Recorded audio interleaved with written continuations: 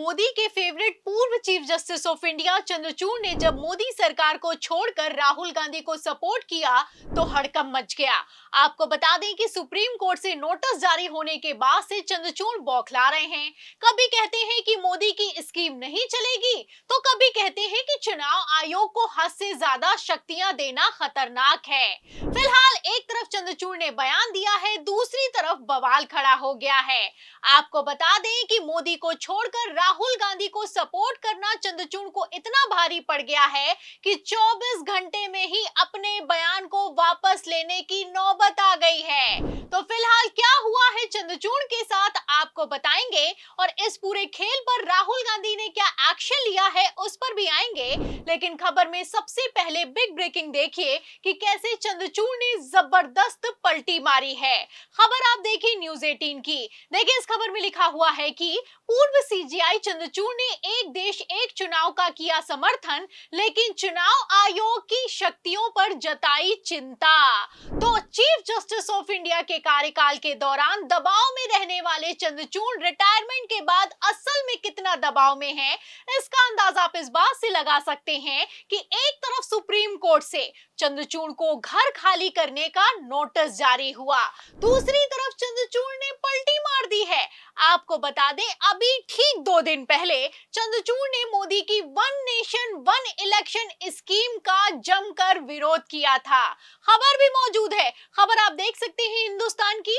देखिए इस खबर में लिखा हुआ है कि हाशिए पर चले जाएंगे छोटे दल, बराबरी जरूरी, वन नेशन वन इलेक्शन पर पूर्व सीजीआई चंद्रचूड़ की चेतावनी। तो 2 दिन पहले तक तो चंद्रचूड़ मोदी शाह को चेतावनी दे रहे थे, राहुल गांधी को सपोर्ट कर रहे थे, विपक्ष के साथ खड़े हो गए थे और कह रहे थे कि वन नेशन वन इलेक्शन लागू नहीं होना चाहिए, क्योंकि अगर ऐसा हुआ तो छोटे दल खत्म हो जाएंगे और राष्ट्रीय दलों को फायदा मिलेगा।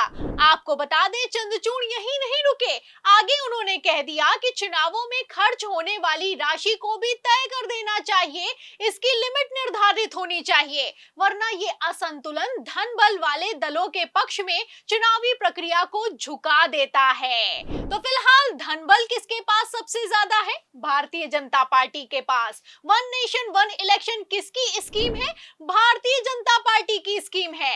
ऐसे में चंद्रचूड़ ने विरोध तो कर दिया, लेकिन ये विरोध इतना भारी पड़ गया कि चंद्रचूड़ को घर खाली करने के लिए सुप्रीम कोर्ट की तरफ से मोदी सरकार के नाम नोटिस जारी हो गया। फिलहाल भाजपाइयों ने इस नोटिस पर चंद्रचूड़ को बिल्कुल सपोर्ट नहीं किया, उल्टा सुप्रीम कोर्ट के नोटिस को चंद्रचूड़ को फॉरवर्ड कर दिया गया। ऐसे में बेचारे चंद्रचूड़ को खुद सामने आकर अपना बचाव करना पड़ गया।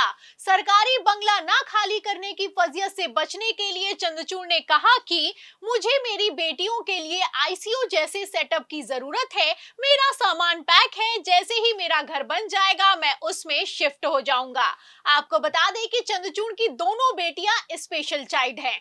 ऐसे में चंद्रचूड़ घर छोड़ने के लिए तैयार ही नहीं हो रहे हैं, उस पर कब्जा जमाए बैठे हैं। जबकि चंद्रचूड़ का सरकारी आवास में रिटायरमेंट के बाद 6 महीने रहने और 6 महीने के बाद एक्स्ट्रा रहने का भी टाइम अब खत्म हो चुका है। खैर मुद्दा ये नहीं है, मुद्दा ये है कि इस पूरे घटनाक्रम के बाद चंद्रचूड़ ने 24 घंटे में पलटी मार दी है। जो चंद्रचूड़ पहले कह रहे थे कि वन नेशन वन इलेक्शन खतरनाक है, वही चंद्रचूड़ अब वन नेशन वन इलेक्शन के सपोर्ट में उतर आए हैं। आपको बता दें कि वन नेशन वन इलेक्शन को लेकर 11 जुलाई को जेपीसी की बैठक होने वाली है। इस मीटिंग में 3 पूर्व चीफ जस्टिस ऑफ इंडिया भी शामिल होने वाले हैं, जिन्हें मोदी सरकार की तरफ से नामित किया गया है और अब तीनों ने मोदी सरकार को ही सपोर्ट भी कर दिया है। खबर भी मौजूद है, खबर आप देख सकते हैं, जागरण की ये खबर है और इसमें लिखा भी हुआ है कि संवैधानिक है एक देश एक चुनाव की अवधारणा, देश के 3 पूर्व सीजीआई ने दी सहमति, विपक्ष की आलोचनाओं को खारिज कर दिया है। मतलब ये तो हाल हो चुका है चंद्रचूड़ का, जो रिटायरमेंट के बाद इतने दबाव में हैं, वो चीफ जस्टिस ऑफ इंडिया के पद के दौरान कितने दबाव में रहे होंगे आप अंदाजा लगा सकते हैं। मतलब सुप्रीम कोर्ट का एक नोटिस क्या आया और राष्ट्रपति ने चंद्रचूड़ के खिलाफ सीबीआई जांच के आदेश क्या दे दिए, इतने में ही चंद्रचूड़ ने पलटी मार दी है। मतलब कल तक वन नेशन वन इलेक्शन का खुलकर विरोध कर रहे थे और अब तो खुलकर सपोर्ट कर रहे हैं। चंद्रचूड़ ने एक सरकारी बंगले के लिए ऐसी पलटी मारी है, ऐसी पलटी मारी है कि सुप्रीम कोर्ट से नोटिस जारी करने वाले सीजीआई गवाई भी हैरान रह गए हैं। आपको बता दें कि चंद्रचूड़ के इसी दोगले चरित्र के चलते नेता प्रतिपक्ष राहुल गांधी ने रिटायरमेंट के बाद चंद्रचूड़ को एनएचआरसी अध्यक्ष बनाए जाने का खुलकर विरोध किया था। मतलब जो सरकारी घर के लिए अपनी बेटियों का नाम ले सकता है, अपने बयान से पलटी मार सकता है, वो अपने कार्यकाल के दौरान मोदी को अपने घर आरती में बुलाकर क्या कुछ करता होगा, सवाल खड़ा होता है। फिलहाल चंद्रचूड़ ने जैसे पलटी मारी है, ऐसे में चीफ जस्टिस ऑफ इंडिया के कार्यकाल के दौरान चंद्रचूड़ ने क्या-क्या खेल किए होंगे, इस सवाल के जवाब में इस पूरी रिपोर्ट पर, सुप्रीम कोर्ट के नोटिस पर, चंद्रचूड़ की हालत पर, चंद्रचूड़ के पलटी मारने पर और मोदी सरकार की चुप्पी पर, जो भी आप सोचते हैं हमें कमेंट बॉक्स में जरूर लिखें। वीडियो को ज्यादा से ज्यादा शेयर करें, हमारे चैनल को लाइक करें, सब्सक्राइब करें, ज्वाइन करें। फिर मिलती हूँ अगली खबर के साथ, तब तक के लिए धन्यवाद।